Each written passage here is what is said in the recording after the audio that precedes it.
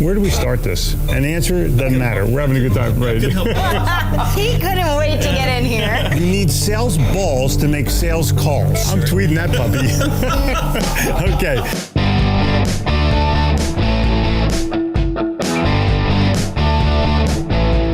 Hi, everybody. I'm Jeffrey Gitomer, best-selling author of The Little Red Book of Selling. And I'm Jen Gleckow, founder of Sales in a New York Minute. And this is Sell or Die. Live, real-world sales talk. No bullshit, no tricks. We are interviewing the best minds on selling and personal development, and we're doing it live. Why do we do it live? Because you make sales live. That's in the right. moment. There's no pre-taping your sales presentation. We're taking your sales questions live. Send them to us on Facebook. You can just put a comment on the And post. did we mention live? But if you're listening to the podcast version, send your question by email to sellordie@gitomer.com. And we'll answer them next week. We're here to help you with any sales problem. And believe me, you have problems.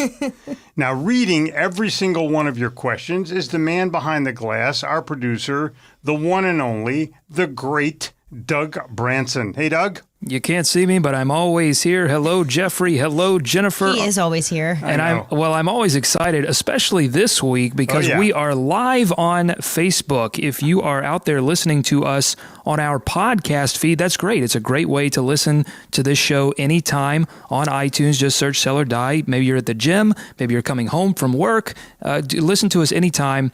Just go to iTunes, search Sell or Die.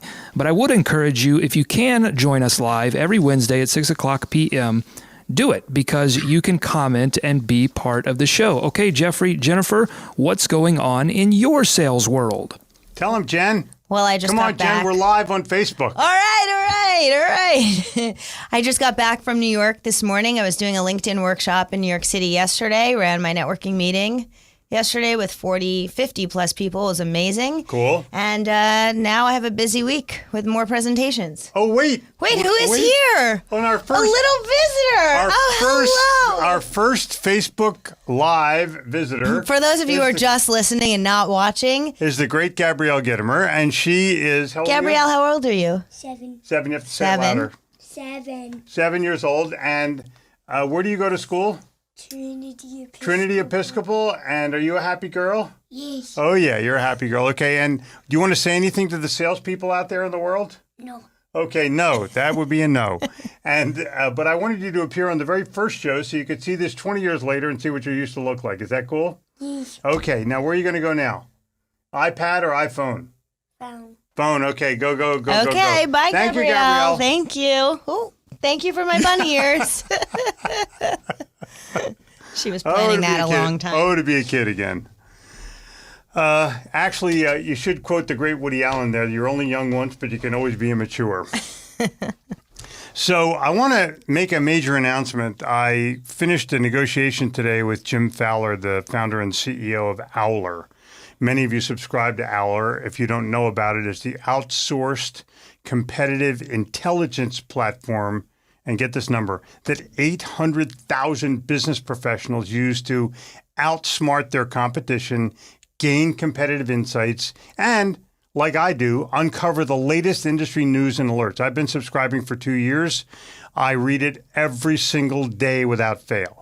You can sign up for free on Owler.com, OWLER.com, and follow me. You'll see my name there, Jeffrey Gitomer, and click on the yellow star by my profile, and you will automatically receive my latest video sales tips and ordinary sales tips, along with insights relevant to your business. It's unbelievable what it does, and you need to go to Owler.com right now and sign up. Well, if you're not on Owler and your competition is, you're screwed. You have a huge competitive disadvantage. Yeah. Okay. Now, my Facebook is facebook.com/ my whole name, Jeffrey Gitomer, all one word. That's my public page. And you can go on the show right now, post comments, ask questions, do whatever you want.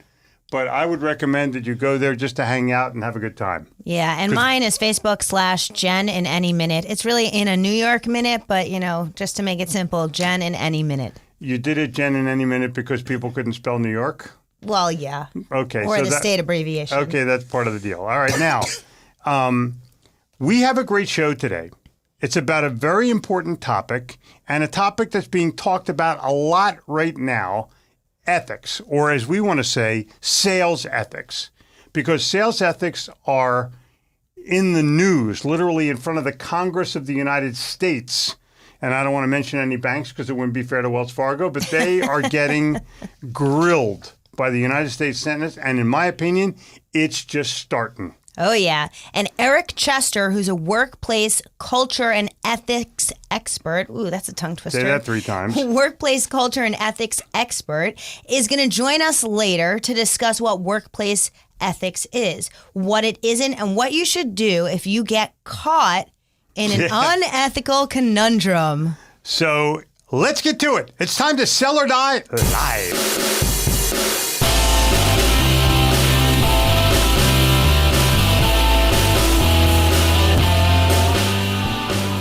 So why do ethics, or why do an ethics show now? Why do one now? Well, I'm sure you've all heard about the recent scandal surrounding one of the largest banks in the world, Wells Fargo, and maybe you need a quick primer. So Jenny is going to tell you what went on behind the scenes at Wells Fargo that has their customers upset and their lawmakers on the march.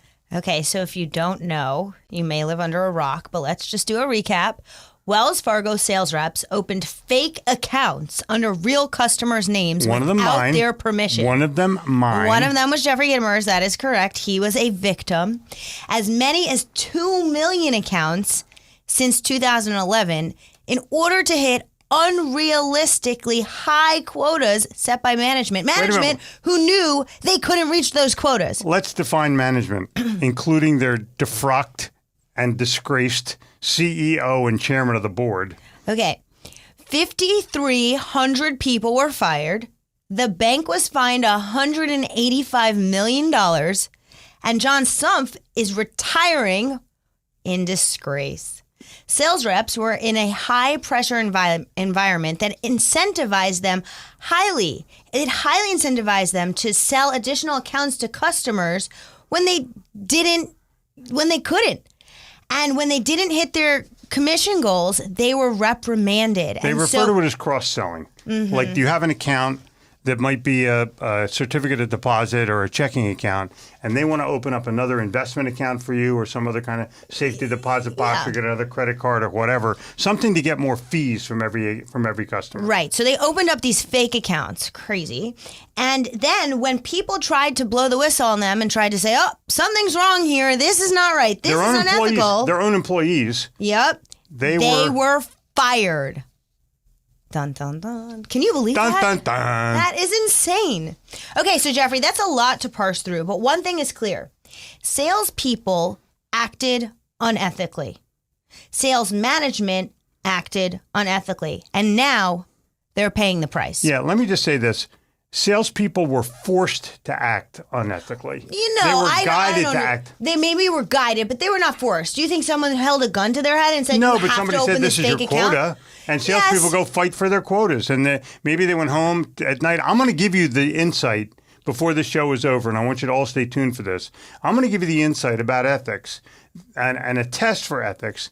That if you can pass this test, everything you do is ethical. Now, of course, the Bank of America immediately came out and says, oh, we're ethical. Oh, seriously? Let me give you some of that bullshit. They've been fined hundreds of millions of dollars for their interest practices, for their, they're all unethical. You name a bank and I'll show you an unethical bank. What they're saying is that their sales practices are ethical. Their business practices are scurrilous. Yeah. What do you think causes salespeople to all of a sudden ignore ethics? Like, what? How could you grow up? They want to make a quota. They have to. Their boss has given them an unrealistic quota. They're trying to figure out everything they can possibly do to make that quota. They will take shortcuts. They will sign contracts for people that haven't signed the contracts yet. They will force people to make a decision. They'll do anything they have to do in order to A, keep their income, and B, keep their job. And maybe their boss's job. But I think that you can't ignore the principles. You have to put yourself in a position where you have to be proud of your work. Do you think the people that opened up hundreds of phony accounts with their existing customers? Do you think they're proud of that? No, how could they even sleep at night? Let's not even talk about proud. How could they live with themselves? Well, they live with their income. I don't understand that. All right. So you can learn plenty more about sales ethics on the Gitomer Learning Academy. It's GitomerLearningAcademy.com. But we've got a preview of one of the many lessons you can get by signing up on GitomerLearningAcademy.com. Take a look Roll it, or a Newton. listen.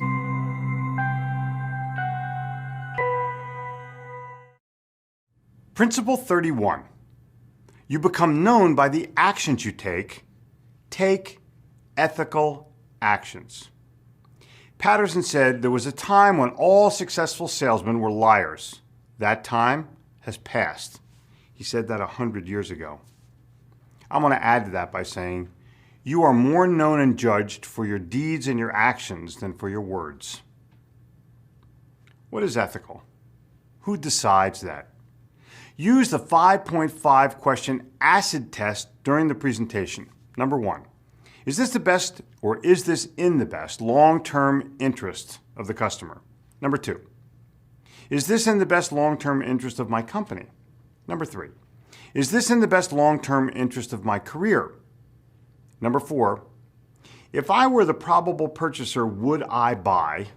Number 5, is this something that would make my mother proud? And number 5.5, am I telling the truth? These 5.5 questions are at the heart of ethics in the selling process and the heart of ethics in any business.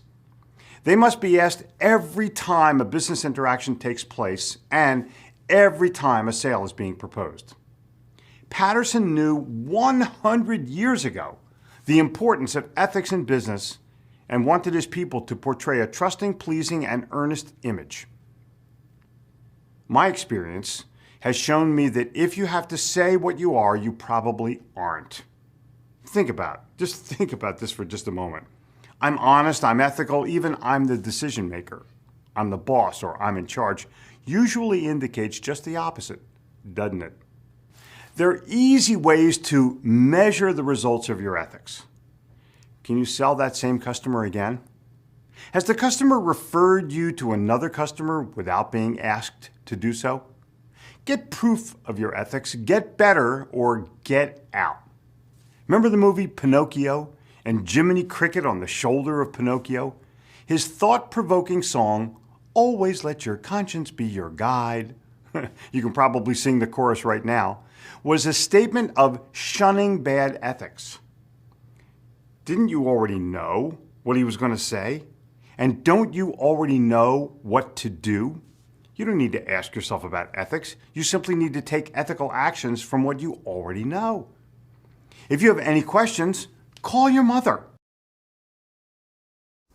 So think about this for just a second. I think everybody should download that video somehow or the other. You'll have to do it at the Gitomer Learning Academy.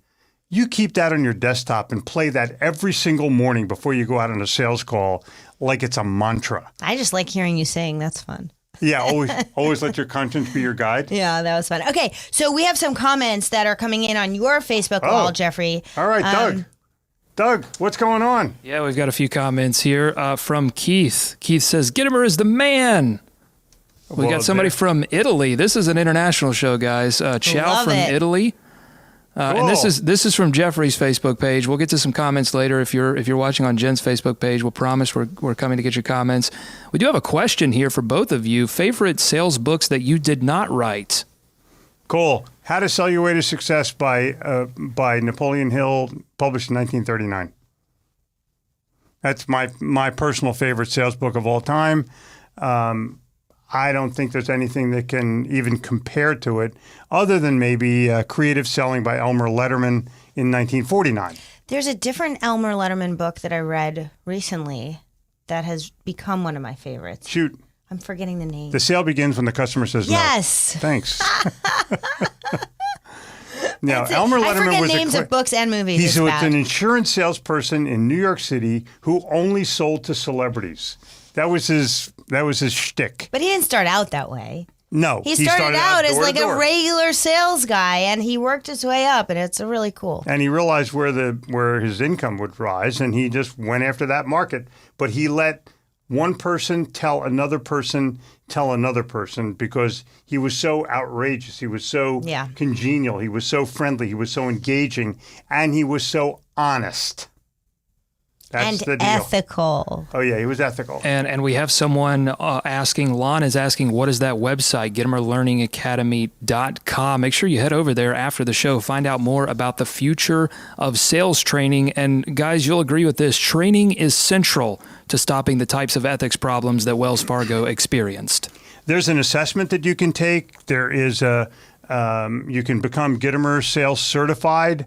And then you take hundreds and hundreds of lessons. Oh, wow. You're showing it on the screen. That is so cool. Way to go. I love that. The cool thing about Facebook Live. Yeah, I love that. This is way cool. This is, damn, this Once is amazing. you dive into one of those topics, there is so much content, and it is all really good. I think the main thing here is that we are breaking ground. Doug, how many sales blogs, how many sales podcasts are live on Facebook that you know of? That I know of, maybe one. Okay, and maybe one. That might be ours? Well, that's ours. Maybe one. I'll be honest. There may be one out there. I don't want to say zero. Okay, but we're trying to break ground. We're trying to be at the forefront, and we're trying to help you the best we possibly can. I'll say this: none that are as dynamic and play video. Of course not. I mean, yeah, we're top of the game right now. And did you see that video I just played? Come on, am I good looking there or what? What were they doing with that camera? I was impressed. All right, so Jeffrey, do you want to introduce our guest? No. You don't want to introduce yes, I do. our guest? Yes, I do. Okay. Okay, what I should go back. Listen, make sure that you head over to the GitomerLearningAcademy.com, GitomerLearningAcademy, all one word, .com, and do it after the show, but find out about the future of sales training. Whether you're a manager or an individual salesperson, you can subscribe and have a little bit of me to take with you wherever you go. Now, let's introduce Eric. Eric Chester has been a friend of mine for a long, long time, but he's been researching, writing, and speaking on workplace culture and ethics for 3 decades, even though he doesn't look it. In 2004, he was inducted into the Speakers Hall of Fame. He's frequently interviewed by national media, Good Morning America, ABC News, 2020, CNN. You probably never heard of these people. Forbes, Huffington Post, USA Today, MSNBC, Fox News, to provide insights on work ethic, employee engagement, and workforce development. Here he is, the one, the only, my friend, the great Eric Chester. You see, we have all been idle. We have all been lucky, and we've all cheated. Don't tell me you haven't. If you've driven 1 mile an hour over the posted speed limit, you've cheated.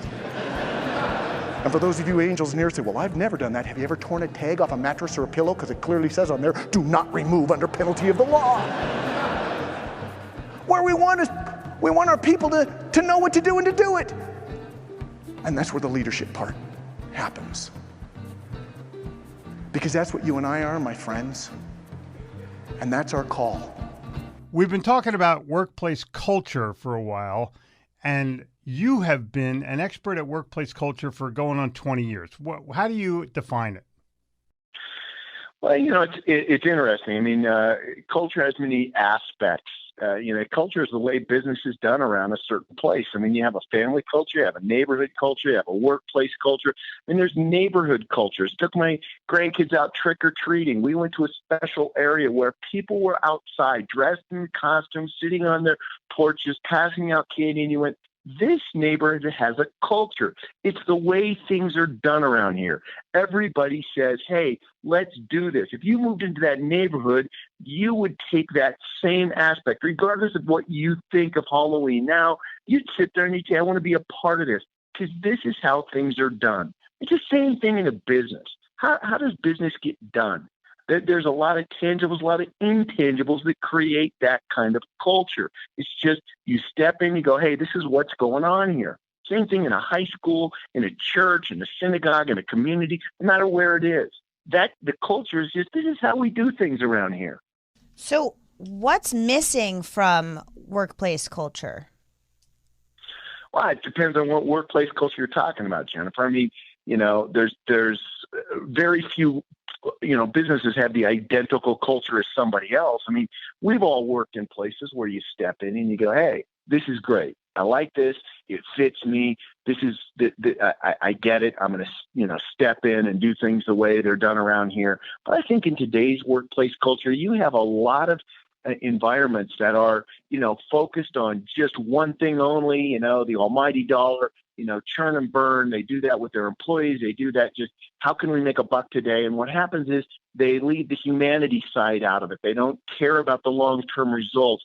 How can we get 5% same-store sales growth next year? How can we, bump up our stock price so we can just hurry and turn this? And then the people just get brutalized in the process. So has the definition of sales ethics changed over the last few years, or the next generation that's entering into sales? I don't know if the definition has changed, Jeffrey. I mean, I think ethics is ethics. Ethics is, you look it up. I mean, it comes from the Latin word ethos, and it's what you know to be true and right in your heart. And, it's your set of moral beliefs. It's whatever. So I don't know that the definition of sales ethics has changed. I think the practice of sales ethics has changed. Mm-hmm. I think we see a lot of different people, you have a lot of people trying to define it on their own terms. I mean, we see that a lot. And that's probably the scary thing is that when all of a sudden it's defined around a certain term, then that becomes the culture. That's how we're doing things around here. And then things just completely come off the tracks. So has the way you're teaching ethics changed? Because it seems like people are practicing ethics differently now. So how are you talking about ethics differently or teaching about it differently? Well, Jennifer, it's not that I'm out there teaching, here's how to be ethical. My whole take on, when it came to ethic was what is this thing called work ethic?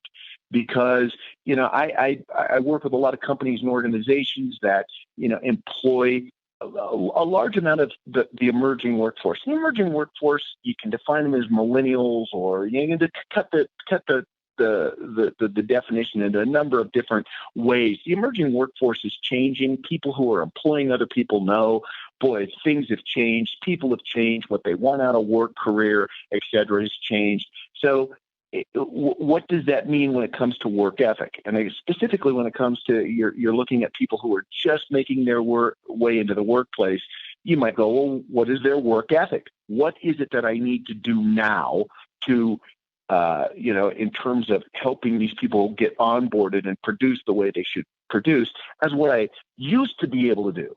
I mean, in days gone by, you'd assume somebody came in with a good work ethic. You go way back. They grew up in an agrarian society on a farm. They knew that they had to, the chickens weren't going to feed themselves. They had to work every single day. It was an honest day's work for an honest day's pay, et cetera, et cetera, et cetera.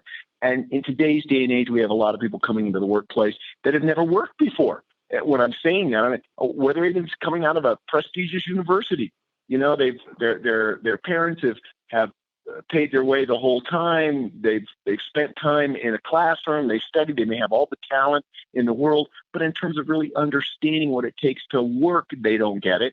And then you look at the opposite end of that. There are so few teenagers actually working in the workplace today, whether that's because they grow up in a rich neighborhood and parents taking care of all their financial needs, or they grow up in a very poor neighborhood and they can't find those jobs. Now we're talking about raising minimum wage. And so, companies are forced to use technology and bringing in, more experienced people. And so a lot of people just don't learn to work anymore. So my take is coming in and helping organizations really understand that work ethic, the ethic of work has changed. And yes, that is the ethic of honesty, one of those pillars, one of those values that seems to have disappeared, or at least, you don't see a lot of it anymore. So, Eric, you have obviously been paying attention to the news every once in a while. I don't know where you bank, but I can tell you where I used to bank. I used to bank at Wells Fargo, and they have basically redefined ethics in the sales culture probably for the next 10 years, maybe more. somebody woke up one day and said, hey, let's create 1 million fake accounts.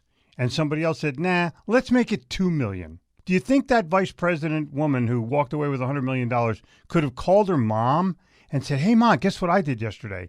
I opened up 1 million fake accounts. Are you proud of me, Ma? I mean, seriously? What's your take on it? Yeah, what's your take on that one? Well, first of all, Jeffrey, you're very forthcoming saying you used to bank at Wells Fargo. Well, I mean, in full openness, I still bank at Wells Fargo, but there's a reason, right? Am I very disappointed with the decisions that have happened from a leadership position? And the answer is absolutely. Mm-hmm. My accounts directly were not affected. And I have a very special relationship with a private banker at Wells Fargo, who I believe in my heart of heart would never participate in anything like this. However, Eric, if that banker left and went to Bank of America, would you follow the banker or stay at Wells Fargo? I would follow the banker. Exactly. So you're not banking at Wells Fargo. You're banking with your that banker. Exactly. That's exactly right. Okay. You know, and you know as well as I do, Jeffrey, that, I mean, changing banks is a enormously difficult thing. It just is. I mean, you know, your relationship. So I'm not saying let's say it was easy. If it's as easy as, you know, hey, I'm gonna pass this convenience store and go to the next one because this convenience store screwed me over. You know, I'm gonna go to this. That's a very simple decision. Moving banks is hard. So again, in full disclosure, if it were much easier to move, would I have thought about it twice? Have I been too busy? Am I just, you know, hey, you can't see it from my house because I didn't get affected? All of those things probably can't play see a it role. From my house. I love that. Right. Yeah, exactly. Can't see. So, but here's the reality is that in the process, what stemmed down from a cultural, this is how we're doing things, has affected not only the people who bank at Wells Fargo, but they have 265,000 employees. There's not 265,000 bad people out there. No. That, you know, hey, what it is it becomes a virus. It starts infecting itself into the workplace. And how does it affect culture? Well, the definition. This is how we do things around here. So you come into that kind of a sales culture and people are saying, hey, you can make a lot more money if you do this. Granted, nobody's going to get hurt in the process. You can't see them. Again, you can't see them from our house.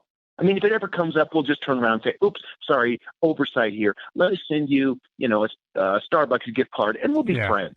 Exactly. Banking and that's bullshit. The reality. So everybody turns a blind eye as long as it seems like it's working. You know, it's with all the scandals, they don't start out going, you know, Enron, it is hey, let's just defraud millions of people. I know, let's just cook the books. It starts out with, you know what, it's okay. We bend it just a little bit. I'll just say this. It's a tangled web we weave when first we practice to deceive. That lady had no idea she was. Write that down somewhere, Jeffrey. Yeah. That is brilliant. So, but the challenge is that woman who ordered everybody to do cheating things didn't realize that she was in quicksand. She thought she was on flat ground and she's been there for 10 years and, you know, she can't do anything wrong. But let me take it further. You bank there, but you're not going to wear their T-shirt anymore. And you're not going to tell both of your friends to go bank at Wells Fargo. What you're going to do is kind of keep it to yourself. It's not a braggable issue anymore. Like, I bank at Wells Fargo because they're the greatest bank in the world. Yeah, you're not proud. No, I bank with Bob Jones. And unfortunately, Bob is at Wells Fargo, but he's a great guy, and you should sit down and talk to him. But you're going to make an excuse for the fact that he's at Wells Fargo. And you're exactly right. All the way. Wells Fargo has a lot of damage control to do. For years. They'll be doing it for years. They have lost more goodwill in a week than people tried to build for 100 years. Exactly. And I mean, well, what happened to Ford Motor Company with the Pinto? What happened to Volkswagen with the, you know, changing the testing on their emissions control? All of that stuff. This is people's money, Eric. This is damn right. It's people's money, and their credit. Yeah, their reputation. It is, and it's a huge deal. It is an enormous deal. I'm not trying to sidestep it.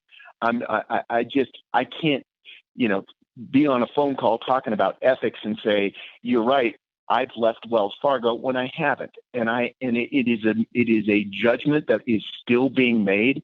I just personally hate to take business away from someone who has been so good to me and go, because you work for this bank and this bank levels that you don't, that's my personal thing. But you're darn right, Jeffrey. It is jacked with people's money.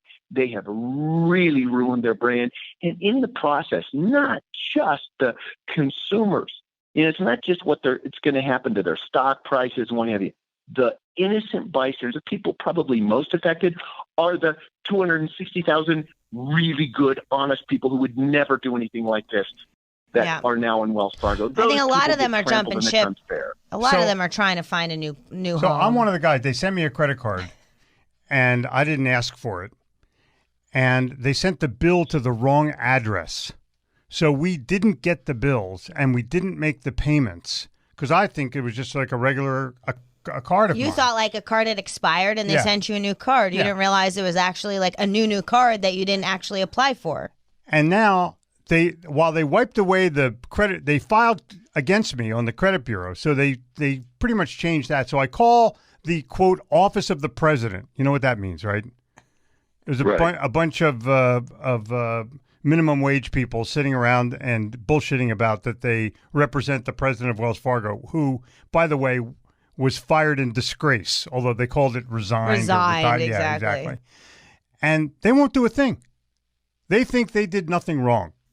They have no concept of recovery. They're not taking ownership from it. They're not even apologizing for it. They said, well, it looks like terrible. It's okay to us. It looks like it was an open account. We sent it. We didn't do anything wrong. Therefore, we're not doing it. We're not going to apologize for it. Let me ask you a question, Jeffrey, okay? So we're full disclosure. Let's just say that you bank at U.S. Bank or BB&T or somewhere else, or you bank at Wells Fargo, and guess what? You're like me. It didn't affect you. Right. Are you still, at this particular, are you this angry? Because you've had to go through, you've been personally affected. I'm going to tell you what I would be. I would be disappointed and embarrassed. Yeah. And I would have a meeting with my banker and say, what do you think is our best course? How do I refer you now? What's the best thing that I can do for your career now that you're kind of stuck in a place that used to be cool and now it's not that cool? Yeah, but if his banker is this trustworthy person that he's describing, it's likely he's looking for another bank to work at. Oh, yeah. No one wants to be associated, even the employees, especially the employees who are truthful and honest. They don't want to be there anymore. They don't want that reputation. I think they walk in kind of ashamed. And I think your banker is probably one of those people who's like, oh, man, why did this have to happen? Because he's probably been there more than a decade. He's probably dedicated his career to it. And now he has to work in a place where people go, you work for Wells Fargo? Seriously? And they question his ethics. Take it a step further. When you walk in, it's a female, by the way, and on her shelf are a series of awards from Wells Fargo given to her by John Stumpf for being one of the outstanding leaders in her. So now I somehow think John didn't know that he gave her the award. I'm not sure. But here's the thing. What does that mean? Right. What would that mean? One of my best friends in this world, I'm not going to mention his name, has a great book out, right? What's it rhyme with? His book. We're not going to go. His book is endorsed on the front cover by John Stumpf. Oh, not good. So you turn around and you go, okay, so what do you do? What is it how all of a sudden do you become, you go from, wow, that is one from, and Jeffrey, great endorsements are hard to get. Very hard to get. You get the CEO saying this is the best book, this is the greatest speaker. The CEO and the chairman of the board. Yeah. I mean, this guy was you like got that on the cover of your book, and now all of a sudden the guy is disgraced, and everyone's going, really? Ooh. I mean, you go down in a hurry. I think what you have to do is go to every airport in America with a crayon and scratch out John Stumpf's name in crayon and write in like Alfred E. Newman or something. What you need white out. Yeah, white out. Exactly. Yeah. Okay, so let's say you are one of those employees at Wells. and you know what's going on. How do you deal with the situation when you look around and you see your colleagues, some of them your friends, engaging in unethical practices? What do you tell people to do? You know, Jennifer, that is a brilliant question. Of course, all of us would say, "Hey, blow the whistle, stand up, be the person," and yet get fired in an environment and get fired, right? And get fired. So you do the right thing. Everybody else is going to do it. You're going to wind up on the outside looking in. What do you do? How do you handle it? Of course, each and every one of us say, "Well, what you should do is." The question is, that's bullshit. You find another job. That's that's the best thing to do. Just go someplace else. Let them rot in their own hell. Exactly. You turn around and go, "Look, this is not right." And yes, will I blow the whistle? Will I jump in? You know, how is it being packaged and sold? I'm opening up a false account for somebody else. There's no right way to do a wrong thing. You can justify it any way in the world. You can say, "Here's what we're doing," but here's the question we all have to ask ourselves individually, right? When it comes to right or wrong, no matter what it is, would I do this for my best friend? Would I do this for one of my kids? For my parents? Would I tell my mom? Would I brag to my mom that this is what I did? Exactly. You know, right now, if there was a knock at my door and, 60 Minutes is there saying, "We want to talk to you about that action right there," you're going to say, "Oh, great. This is super. This is really going to help me." Or, "Oh, my God, please turn off the cameras." Yeah. You got to ask yourself those questions. And any time when it comes down to I have a friend that, I hate to use it. I had a friend who ran a very successful business for a while. It was a family business. He got in a dispute with his father. He took some money. He went out on his own, and he started something that was called the American Fair Credit Association. The whole idea was to take people who were bankrupt, people who were really struggling, and get them a credit card. Well, you can't sell somebody a credit card, so he created an association. And the association was you pay $29, $39 a month. I forget what it was. This is back in the late 90s. You take this credit card or you join this association and you get 17 benefits. And one of those benefits was, by the way, you get a credit card. So you got like prescription eye care, the 17, I'll use Jeffrey's word, bullshit benefits. Wait a minute, I didn't coin that word. There you go. But you broke the profanity barrier, so I'm jumping right in. Oh yeah, we're rated E. Yeah. It's all good. Yeah. So here's the reality. The reality is one of the benefits was you also got a credit card. Now, it was $300 secured. You would have to put $300 in their bank, and then you'd have a $300 line of credit. But he sold this to people, and millions of people did it. This guy had a house on the cover of Architectural Digest. He made $20 million a year. Okay, you stand back and you go, wait a second. My parents, and this is true, my parents died penniless and broke. They made very bad decisions in the last part of their lives. They were entrepreneurs, the printing business, and they just went under. They never automated. They went under. Okay, so my parents are really struggling. When I say, "Hey, Mom, Dad," I tell you, you've got to join AFCA. Pay $29. Of course not. It was a scam to a millionth degree. And so what wound up happening is I couldn't sleep with this. I literally went to a therapist and said, "What are you doing?" And they said, it's very profound. Sometimes the whores win. Do you know, Jennifer, how many times I think of that? You look out there and you go, "Hey, sometimes the whores win." They've been winning on the street for a long time. Yeah, and guess what? And they can get away with it. We'd love to tell our kids that crime doesn't pay, justice always prevails, the good guy rides off at the end of the movie with the white hat, it gets the damsel in distress and everybody cheers. Yep. Our society is no longer like that. And as a result, you've got a lot of people who are doing, I don't know what his final paycheck will be, but John Stump, he's probably going to avoid a jail sentence, and he's going to be calling ship to shore from some exotic island somewhere. Yeah. So what happened? And a lot of damsels are still in distress. Just put it that way. Yeah. Yep. Like exactly. 2 million of them. Yeah. It's not right. And you can be mad as hell. And the reality is, but people are still getting away with it. Okay, last thing. Fair. Last thing. Think about the fact that you're in a situation and you see something unethical going on, we've agreed that the person should get another job, correct? Right. Rather than risk blowing a whistle and being fired. But the way they leave, I think, is important. They need to have the other job secure. Mm-hmm. They need to go into their boss and said, I'm going to blow the whistle in this place, but you can't fire me because I just fired myself. Today's my last day. Here's my keys. Here's my computer password. Goodbye. And leave. Then blow the whistle. Because you can't, ethically, if you can't live with yourself, you blow your own whistle. Mm-hmm. And I fired myself. Who's going to say anything wrong about that? And you go start your own job and let them wallow in their own shit.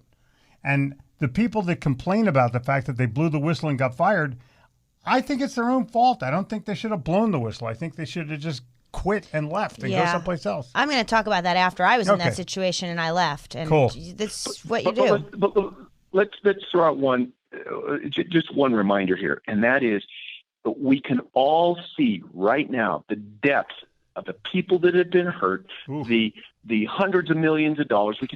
But it starts with a small little action. Yeah. And the reality is all of us have to ask ourselves in the workplace. It's not like, okay, I've seen this person and what they're doing. They're defrauding people of millions of dollars. Stop. If you deprive one client of one nickel, you do one thing, that's where it starts. And you've got to have the cojones then to stand up. Because what happens if you turn your back then, that will permeate and a little thing becomes a big thing. And the next thing you know, you turned your blind eye to somebody losing a nickel. Well, yeah, now it's only a quarter. Then it's $1. Then it's $100. Big deal. Then it's 5 people. That's nothing. Then, right. And so that's where it starts. And the reality is they don't start as huge scams. It doesn't start that way. I can guarantee you the VP that did this, they didn't think one day, hey, everybody, let's do this. It started out. There was a test. There was a beta test. Can we get away with it? Can we do it with a few people? Well, they know. And that's where it starts. And somebody knew. Her admin, a couple of people in her department. It wasn't hey, let's just do this on a massive scale today. Mm-hmm. It doesn't work like that. Well, and how you described it at the beginning was exactly right. It's like a virus. It starts out small and then it just keeps compounding, getting bigger and bigger and bigger. Absolutely. So, Eric, thank you so much. I think we're out of time for now, but thank you so much for joining us. I hope you'll come back and talk to us again on our show. It was a real pleasure having you on. After the fallout finishes from Wells Fargo, we'll have you back on again and talk about what really happened. Oh, yeah. My pleasure, guys. Hey, keep blowing the whistle on what's going on out there. And the sales culture, it's so easy to make a quick sale today, but the reality is it catches up with you sooner or later. Thank you for being for being the beacon of light, and we need it. So keep doing what you're doing. Thanks so much for having me as a guest on your show, Jennifer and Jeffrey. Appreciate it. All right. Thanks again to Eric Chester. You can find out more about him at his website, ericchester.com, and go buy all of his books on Amazon. Now, we have some comments and posts and likes and stuff that we want to read from our Facebooks. Jeffrey, I'm looking at your Facebook. You're blowing up. There is, let's see, Mary Marzari from... Just get first names. All right. Mary is all the way out in Tel Aviv right now. Whoa. What's she doing over there? I know. And, when you asked what's he doing up so late, he said, ciao, Jeffrey Gitomer, working hard, of course, while listening to your live videos. Thanks for sharing. Look forward to your next live. All right. That's phenomenal. I do want to say one thing about the Eric Chester interview. You may think that ethics don't apply to you, but I will guarantee you that there are people in your company that ethics should apply to. And your job is not to confront them, simply confront yourself and ask, is this the environment that I want to spend the rest of my career in? Or should I try to fix it? Or should I try to find an ethical environment? Totally up to you. Yeah, you have to make that decision. For sure. But let's go back to these comments, Jeffrey, because this is really cool. This is the first time we're doing this live. I agree. So Matthew Murray asks, when is the next one scheduled so I can share and tell people about it? Ooh. We're going to be doing these live every Wednesday at 6 p.m. Eastern time. So if you're joining from another time zone, just figure out what time that is for you. But for us, it's 6 p.m. Look Wednesdays. how they put your name up there and everything. I know, that's so cool. I think that's part of production. I think that Doug is like behind all this stuff. And if you miss a show, you can subscribe to us on iTunes. Just search Sell or Die. And if you don't have iTunes, you can go to Stitcher, Google Play, wherever you get your podcast. Just search Sell or Die. And so all of the back shows will be on their audio only. But if you want to watch this show and the future shows on video, can they find us on YouTube, Doug? Yeah, YouTube. We'll post these to both of your YouTube accounts. Okay, cool. So just search Gitomer. Find us. Yeah, search Sales in a New York Minute, and this will pop up. And Jennifer, you have a story for us. Okay, so let me tell you what happened to me. So before I started my company, I was in my own ethical conundrum.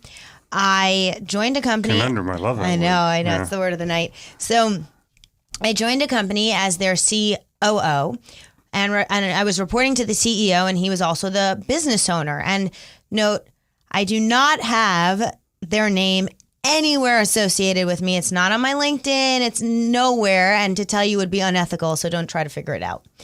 And I was there, and all of a sudden, I knew how much money we were bringing in because I was in charge of all the revenue too.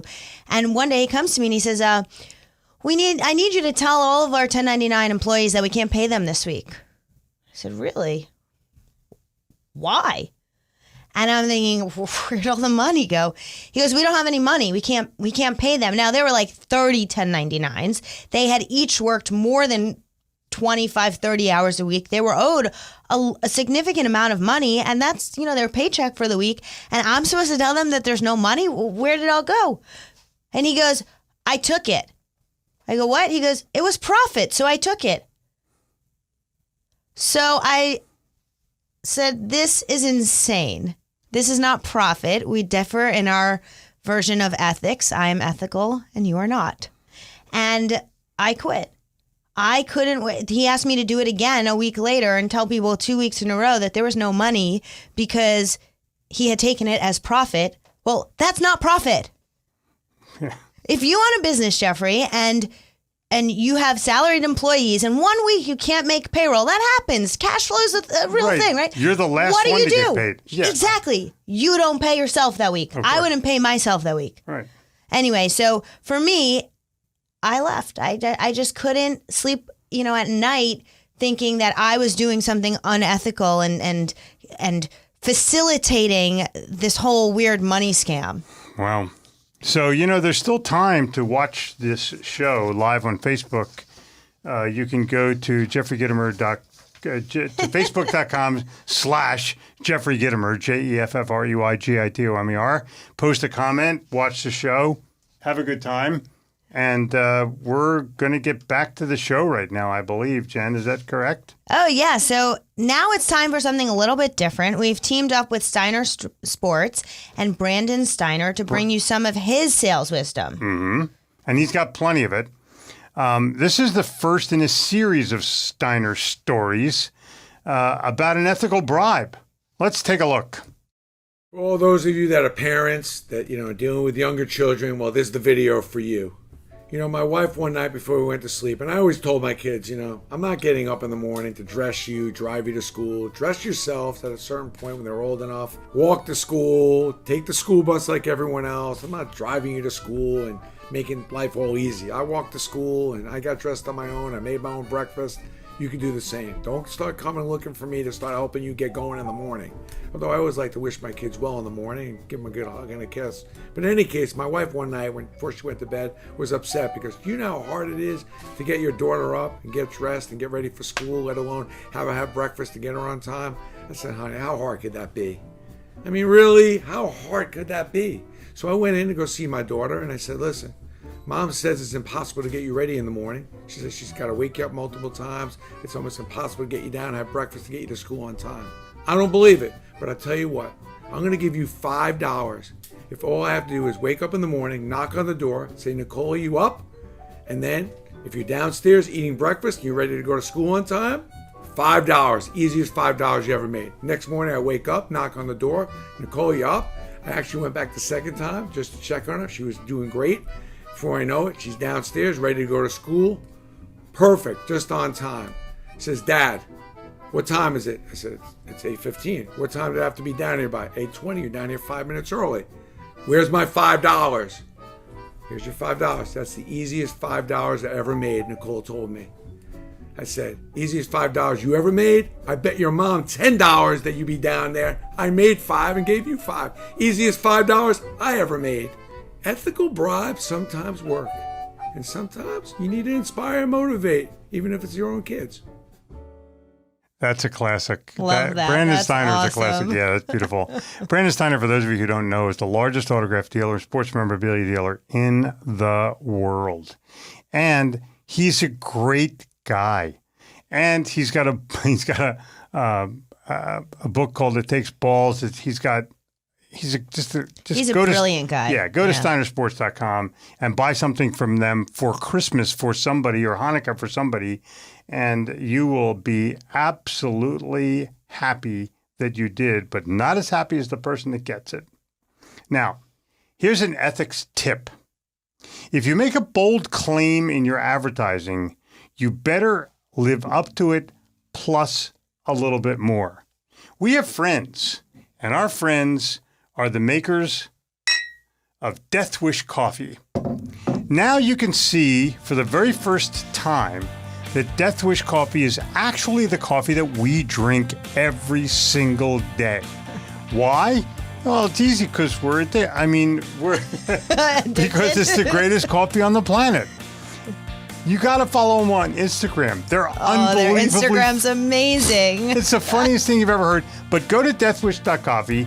It is 100% factual, ethical claim that they are the world's strongest coffee, made from the strongest possible combination of perfectly roasted beans in a secret formula. Oh, yeah. And they have 100% no bullshit money back guarantee. We drink it in the studio when we do the show. Now you can see that. Bingo. Go get your first bag of the world's strongest coffee at deathwishcoffee.com. We got a lot of other comments on Facebook, but do you have anything, Doug? It's time to go out and read comments and questions. That's the time. Oh, yeah. cool. Let's do it. What do you have for us, Doug? Oh, I thought you were going to read them. Oh, okay, I'll read them. Yeah, we're not reading Jack. Well, Doug is our designated reader. Well, no, I don't have the Facebook up now. So okay, so Teresa says, what do you say when a customer asks what does your company do? Our company is very involved, so it's not an easy question to answer. Huh? How do you tell someone what your company does if it's a complicated answer? If someone asks, "Hey, what does your company do?" Come on. How complicated Figure can it out how you possibly? help them and tell them how you can help. Or tell how people use your product or service. You don't have to explain what it is. Like, people who buy our stuff do this. Advice once you drop the ball with customer, how to recover. It takes 12 positive actions to overcome one negative reaction. That's why roses come in dozens. But you have to interact with your customer in a way where they feel as though the sincerity of your apology is not only genuine, but has a backup to it, an action that you took that absolutely recovers. There's lots of ways to explain it. One of my friends who runs the Grand Hotel in Paris, when they have a customer complaint, he says he never leaves the table from them until he sees them smile. Now think about that. So he might spend 20 minutes What if he's with people who never smile? Well, there are people out there who never smile. That is an issue. But I assure you that this guy has been very, very good at getting people to smile. Wow. All right, Doug, what do you have from us? Some people submitted questions ahead of time. Ooh. Let's hear it. Are these Reddit.com people with weirdo names? Reddit.com/r/sales. And we have one ethical dilemma for you from the fine salespeople there at Reddit.com/r/sales. This one comes from Indefinable Mustaches. Indefinable Mustaches writes, I sell trophies to companies that give out awards. Some of my larger clients are starting to offer the award winners the option to have a donation made to a charity on their behalf instead of receiving the awards that I sell to them. Why don't they do both, those cheap bastards? I'm telling you. Okay, Come so on. some of my largest clients are leaning this way, and while I think that's a great thing, professionally, I don't want to lose the sale. So what do you do in that situation? I would What's the ethical thing to do? offer $1 or $2 from every award to donate to a charity. Tell them that you have 5 charities and ask them to pick theirs.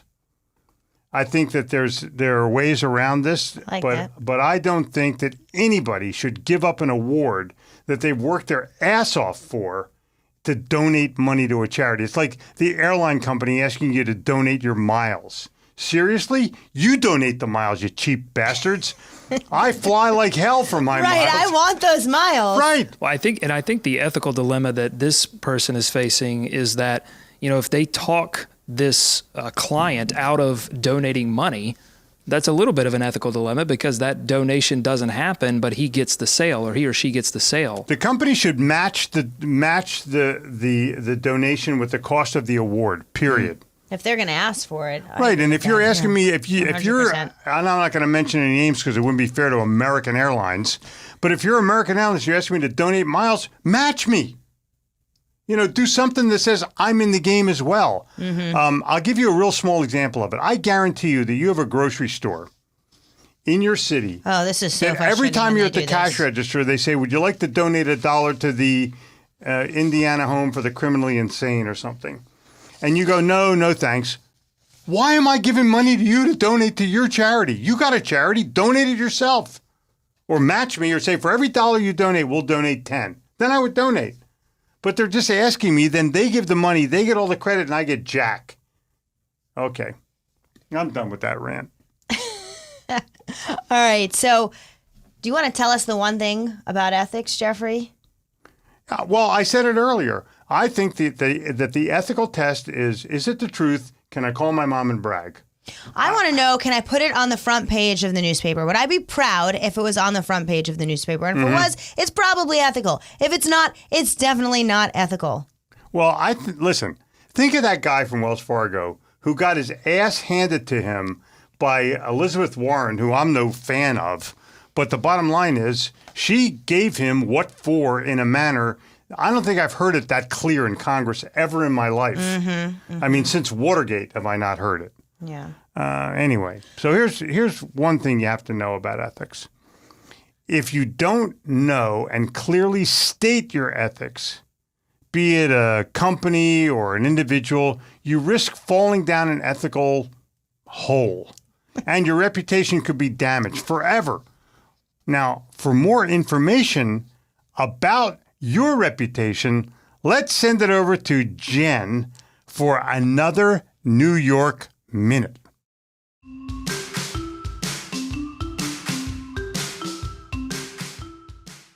In today's social society, you can no longer get away with anything. Poor quality, high pricing, poor services, they're no longer tolerated, and they're posted online for everyone to see. Your reputation truth is exposed in under 20 seconds and on everyone's smartphone. And in today's social world, the repeat customer, the recommended customer, and the referred customer are the heart of business success. Here are the secrets to reputation, repeat customer, recommended customer, and referral. Transfer your genuine belief. Keyword, genuine. If you love and believe in your products and services, you should have an easy time transferring your passion. Turn your customers into believers, and they too should have an easy time transferring their passion and making referrals. Concentrate on helping, not making commissions. Your help will earn their trust. Trust leads to long-term relationships. Trust leads to repeat business. Trust leads to referrals. Your commissions will follow automatically. Don't sell someone something they don't need or something that won't help them or that they won't benefit from. In other words, only sell something that you believe helps the other guy. Here's the reality.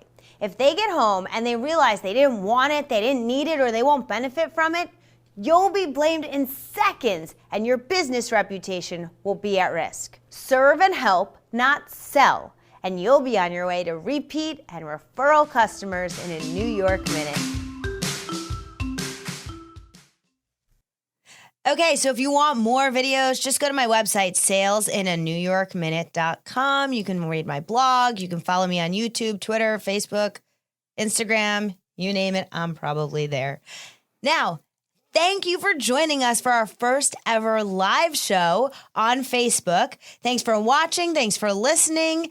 We'll be live on Wednesdays. Thanks for commenting. Oh, yeah. We'll be live on Wednesdays at 6 p.m. Eastern Time on my Facebook, facebook.com/Jen in any minute. And my Facebook page, facebook.com/Jeffrey Gitomer. Or you can find us on iTunes. Or anywhere. Yeah. Thank you to our guest, Eric Chester. Our producer is Doug Branson, and our technical director is Chris Hill. Until next time, I'm Jen Gluckow. And I want to thank everybody for watching on Facebook Live. And I'm Jeffrey Gitomer, reminding you to get out there and sell, even if your ass falls off.